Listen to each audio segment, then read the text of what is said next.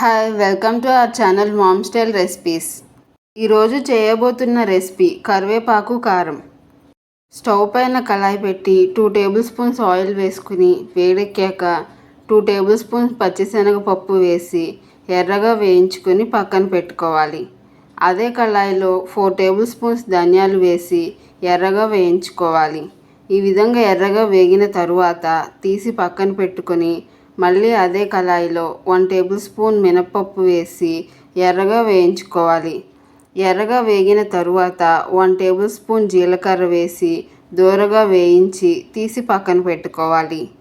అదే కళాయిలో మళ్ళీ 2 టేబుల్ స్పూన్స్ ఆయిల్ వేసుకుని వేడెక్కాక 150 గ్రాముల ఎండుమిర్చి వేసి వేయించుకోవాలి.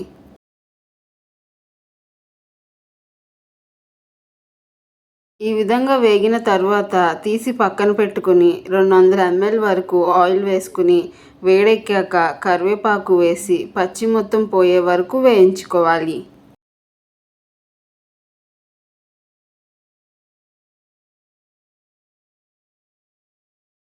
ఈ విధంగా వేగిన తరువాత కరివేపాకు తీసి పక్కన పెట్టుకొని వేడి మీదే ఇంగువ, పసుపు వేసి మిక్స్ చేసుకోవాలి.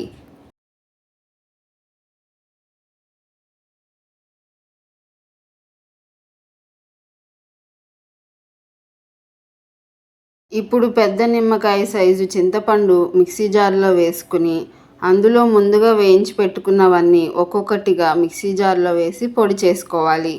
అలాగే రుచికి సరిపడా సాల్ట్, వెల్లుల్లి రెబ్బలు కూడా యాడ్ చేసుకుని అన్నీ కలిపి గ్రైండ్ చేసుకోవాలి.